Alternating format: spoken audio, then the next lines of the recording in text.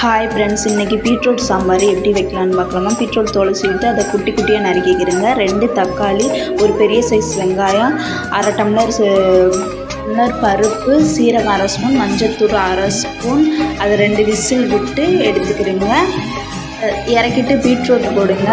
சாம்பார் பொடி 1 ஸ்பூன், மல்லித்தூள் அரை ஸ்பூன், மிளகாய்த்தூள் அரை ஸ்பூன், பெருங்காயத்தூள் கொஞ்சோண்டு, நெல்லிக்காய் சைஸ் புளியை கரைச்சி ஊற்றி கொஞ்சோண்டு உப்பு போட்டு, குப்பல் சின்ன வெங்காயம், கொஞ்சோண்டு மல்லி இலை போட்டுட்டு வாங்க தாளிச்சிடலாம். 2 ஸ்பூன் எண்ணெய், வெந்தயம் அரை ஸ்பூனு, சீரகம் அரை ஸ்பூனு, பட்டை மிளகாய் 3, ஒரு பெரிய சைஸ் வெங்காயம், 2 கொத்து கருவேப்பிலை போட்டுக்கிறீங்க.